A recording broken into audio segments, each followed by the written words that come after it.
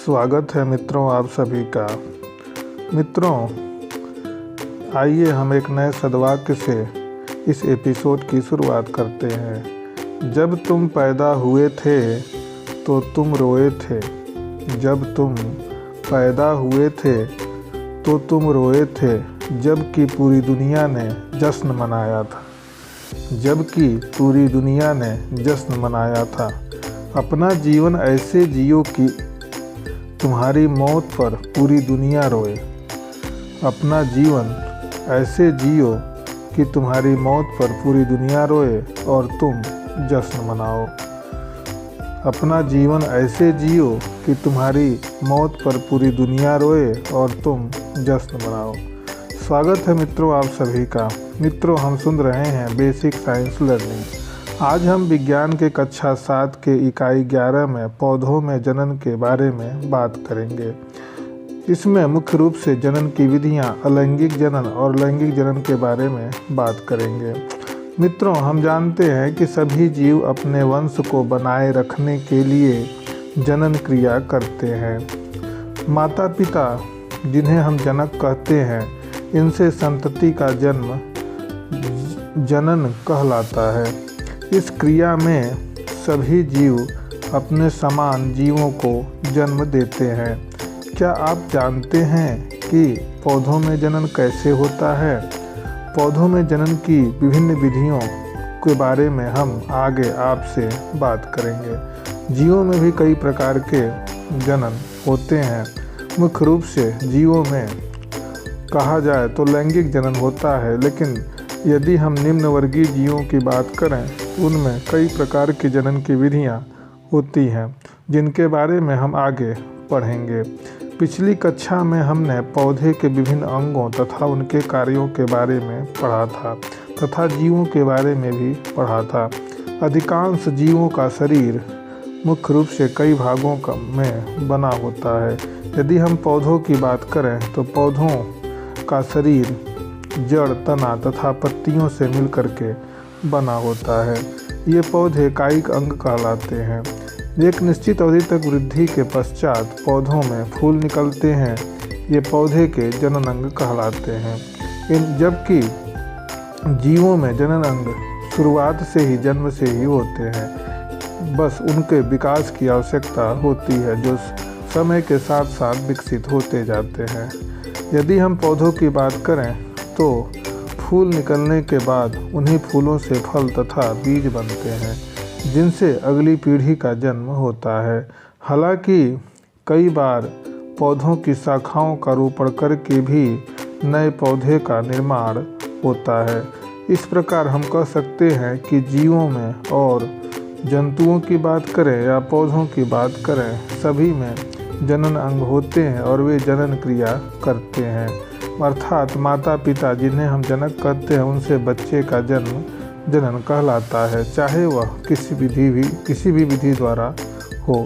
इस प्रकार की जनन क्रिया को हम आगे पढ़ेंगे। अधिकांश पौधों का शरीर जड़, तना तथा पत्तियों से बना होता है, जैसा कि हमने पहले बताया।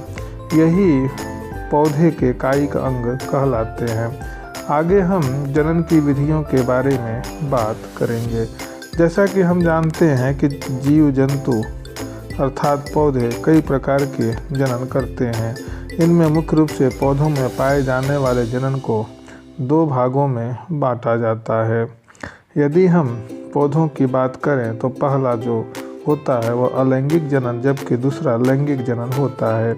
अलैंगिक जनन में पौधे के किसी भी भाग, चाहे वह जड़ हो, तना हो, पत्ती हो, इससे नए पौधे उत्पन्न हो जाते हैं।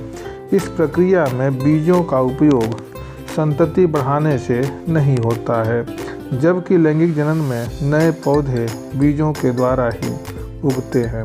इस प्रकार हम कह सकते हैं कि पौधे में जो जनन की विधियां हैं वह मुख्य रूप से 2 प्रकार की होती हैं, जिसे हम अलैंगिक जनन तथा लैंगिक जनन की बात करते हैं। अब हम आगे इस जनन की विधि में अलैंगिक जनन के बारे में बात करेंगे। जैसा कि हमने बताया कि पौधों में कई प्रकार के जनन होते हैं। गन्ना, आलू, अदरक आदि तो आपने देखा होगा और आपने इसे बोते हुए भी देखा होगा। इनके तने के छोटे छोटे टुकड़े करके ज़मीन में लगाए जाते हैं। ये पौधे अलैंगिक जनन करते हैं। जनन की इस विधि में नए पौधे को उगाने में बीजों की आवश्यकता नहीं होती है। इस प्रकार अलैंगिक जनन होता है। कहने का अर्थ यह है, यदि हम जिन पौधों में हम बीज का प्रयोग नहीं करते हैं, बीज के अलावा अन्य भागों का प्रयोग हम करते हैं, तो उस प्रकार यदि नए पौधे उत्पन्न होते हैं तो उस विधि को हम अलैंगिक जनन कहते हैं। अलैंगिक जनन कई प्रकार से हो सकते हैं।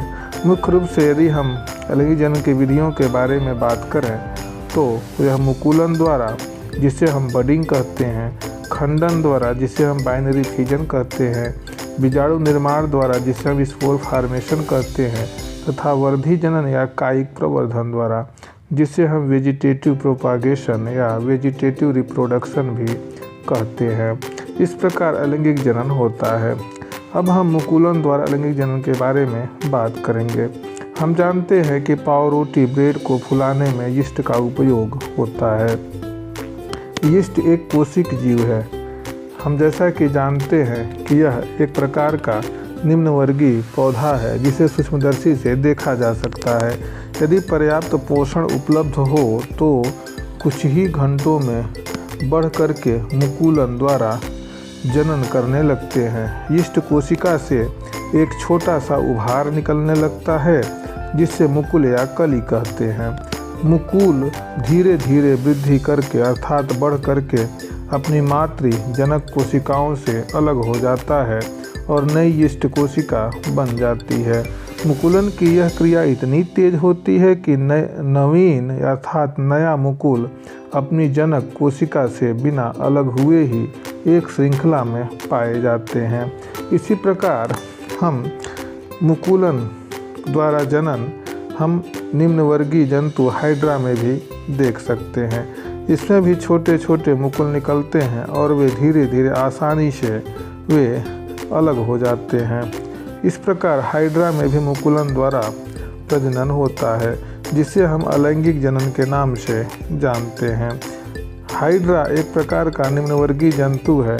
यदि हम हाइड्रा को कई भागों में काट दें तब भी एक नया, हर भाग कटा हुआ एक नया जीव के रूप में उत्पन्न हो जाता है, अर्थात एक नया जीव बना लेता है।